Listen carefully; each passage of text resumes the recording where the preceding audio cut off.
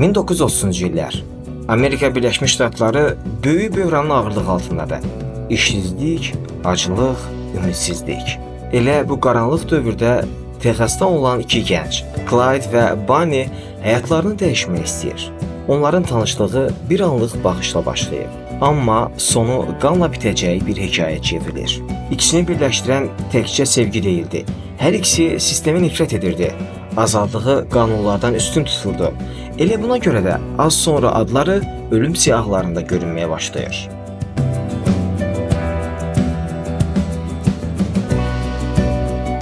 Bonnie və Clyde əsasən bankları, mağazaları, yanacaq doldurma məntəqələrini soyurdular. Lakin təkcə oğurluqla kifayətlənmirdilər.